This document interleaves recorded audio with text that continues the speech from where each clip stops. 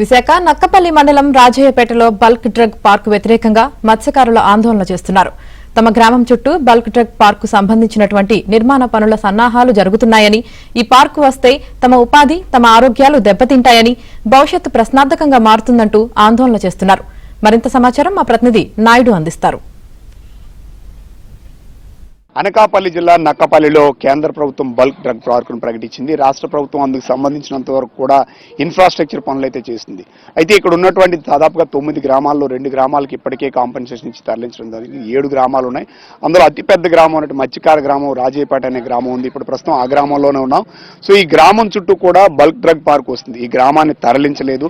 ఈ గ్రామంలో ఉన్న ప్రజలకి ఎలాంటి కాంపెన్సేషన్ ఇవ్వలేదు. సో వీళ్ళు భవిష్యత్తులో ఇక్కడ వచ్చేటువంటి విషవాయువులు కావచ్చు, లేకపోతే భూములు ఇక్కడ కలుషితమైన సో అంత ప్రభావం అంతా కూడా వీళ్ళ మీదే పడేటువంటి అవకాశం ఉంది. ఇప్పుడు ఆ గ్రామస్తులంతా కూడా గత కొన్ని రోజులుగా కూడా ప్రస్తుతం ఆందోళన చేస్తున్నారు. ఇప్పుడు మనం ఆల్రెడీ విజువల్స్ లో ఏదైతే చూస్తున్నామో అది బల్క్ డ్రగ్ పార్క్ సంబంధించినటువంటి ఏర్పాట్లు వీళ్ళ గ్రామాన్ని ఆనుకునే ప్రస్తుతం జరుగుతున్నటువంటి విజువల్స్ అయితే మనం చూస్తున్నాం.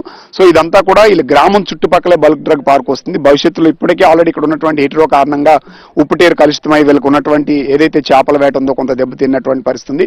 సో ఇప్పుడు భవిష్యత్తు ప్రశ్నార్థకంగా మారుతుందంటే గత కొన్ని రోజులుగా కూడా వీళ్ళంతా కూడా ఆందోళన చేస్తున్నారు. ప్రధానంగా మీ డిమాండ్స్ ఏంటమ్మా?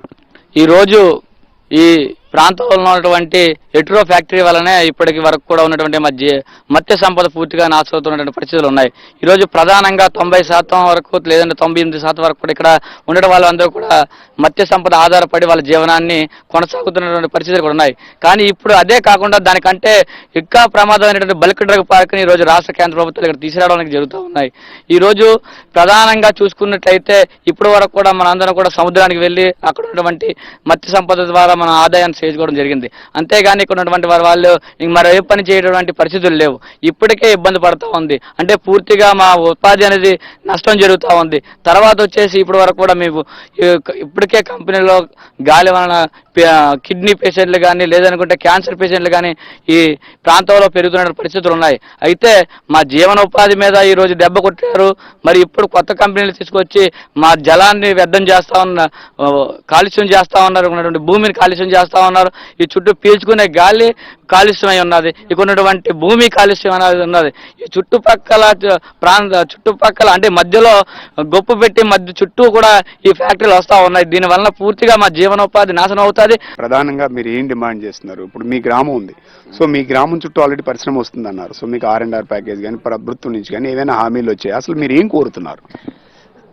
యాక్చువల్లీ మా ప్రాంతంలో అన్ని కూడా కెమికల్ సంబంధించిన ఫ్యాక్టరీ పెడదామనేది ప్రభుత్వం నిర్ణయించుకుంది.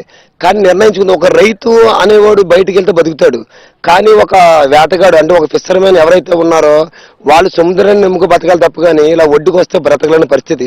ఇప్పుడుగా ఉన్న ఒక హెట్రో డ్రగ్స్ వల్ల సముద్రంలోని శుద్ధి చేయకుండా వాటర్ మొత్తం కూడా వదిలేయడంతో వేస్టేజ్ వదిలేయడంతో 98% మొత్తం సంపద మొత్తం నశించిపోయి వలసలు ఇటు పూరి కోనారక్క పారదిప్పంటే వరుస వెళ్ళడము, ఇటు కాకినాడ అవతల వేరు ఊరు నెల్లూరు ఇటు సైడ్ వెళ్ళడం జరుగుతుంది.